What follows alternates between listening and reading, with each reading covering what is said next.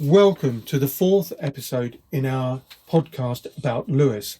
Again, I'm joined by my good friend John Lamb.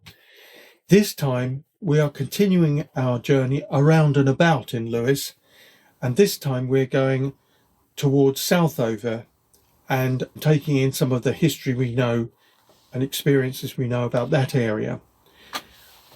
I've lived in Lewes for 40 years and I still can't call myself a Lewesian. What I do have, though, is a wealth of happy memories.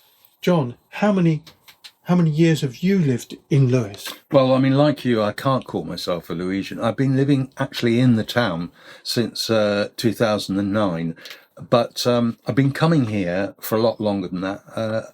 My parents moved down here in 1965 from Essex, and Lewes was our shopping town. I mean, we'd come here. Well, I would come here to do horrible things like having my hair cut, which in those days was absolutely, one didn't want to do that, and get school uniforms. But it was a working town. It had factories, it had cattle markets, it had all sorts of activities which sadly are gone now. Yeah, it is terribly sad. But anyway, let's go on and talk about some of the happy memories for this area we're in for this podcast. So let's crack on and enjoy. A short walk away from the main centre of Lewes is Garden Street.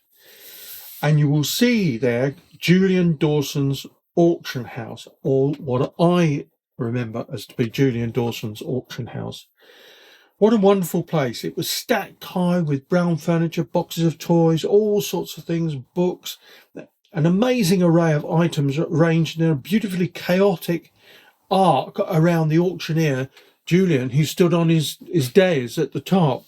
I often went there just to enjoy the atmosphere, though I was told off by Julian on one occasion because I had bid against myself for an item.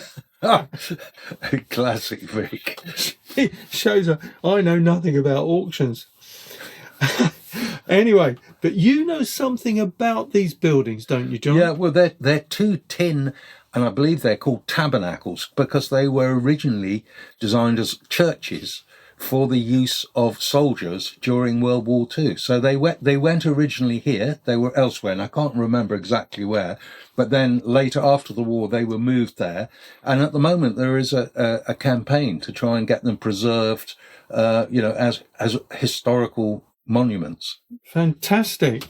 At this time in the early 80s, when I just moved here, there was a cattle market in Lewes. Wonderful. It is now a little estate called Tanner's Brook, right next to Julian Dawson's auction rooms. But if you go back to those times, and no doubt there were plenty of history books or whatever, which will show you pictures of the cattle market in its heyday. But what I remember was moving between the auction of Julian Dawson's auction rooms and the cattle market, which were virtually co-located, to go and buy myself an enjoyable cup of tea from the auction house snack shop in the middle of all these cows and sheep and everything like that, getting just a cup of tea and maybe a bacon butty. What an amazing place. It had a wonderful atmosphere. And at lunchtime, the pubs were busy with farmers talking about their purchases, and the place was sort of alive with people. The chaos of farm lorries in the middle of town, parked one leg on the pavement. And, the county council wouldn't have any of that now. But it was just wonderful, the atmosphere. Yeah.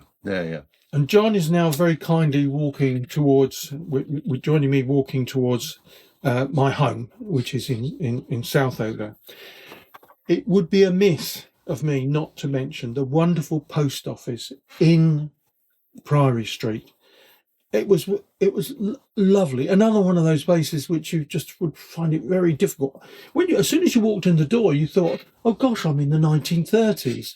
It was like that. It was run by a lovely old boy who was dutifully doing all sorts of stamping and registered posting and things like that. And his wife all sold cakes in the post office. It was just a charming place. So we can't go on without remembering that. Our next port of call is Southover House. This is the rear view of the house, looking wonderful in the sunshine. And I'm sure Mr. Verrill, who is the person that had this building built, would be very pleased to see that it's still in good order. The house actually overlooks the estate where I live, and within that estate is a beautifully preserved malt house, which has been sensitively converted into homes. But the estate where I live was in fact, after Mr. Verrill died, converted into a girls' private school. I've spoken to a number of people in Lewes, girls of course, who went to that school, and they all really enjoyed their time here. Here's a picture of the archway leading to the school itself. And John, could I tell you a couple of other little nuggets about the place? Go ahead. We are either sitting in the swimming pool of the girls' school where we are, I wonder why it was a bit damp in here. or we're sitting on the tennis court. I've never been worked out, but it's just a wonderful memory to have.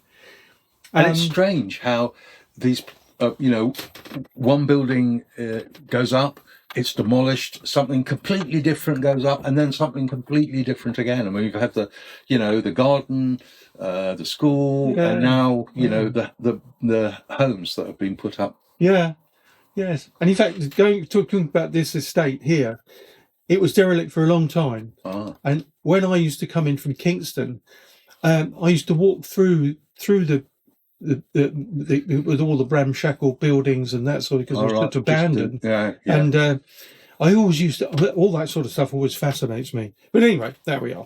Coming back onto Southover High Street is Anne of Cleves' house. This building is said to house a table on which William the Conqueror's knights, who murdered Thomas a Becket in Canterbury Cathedral, put their swords for cleaning during their stopover at Malling Priory on their way back to Normandy. Apparently, according to tradition, the table shook and the swords fell off. I don't know how true this is, but I will leave it to you and others to investigate. But you know of this story, don't you, John? I do, yes. Can I just also say that the Anne of Cleves house was never occupied by Anne of Cleves. She owned it. It was part of a gift from Henry VIII to sort of keep her suite. I think she also owned the priest's house over in Alfriston. So she had some pretty notable properties in her portfolio, but didn't live in any of them.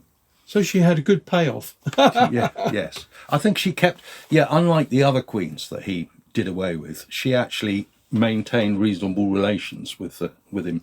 Oh, well, that's amazing. Lovely place. There's now a cafe at one end of the Anne of Cleves. Beautiful cafe. I always sneak over there for the odd coffee when Carol's not looking. But Southover High Street has got something else which we ought to just briefly mention before we close.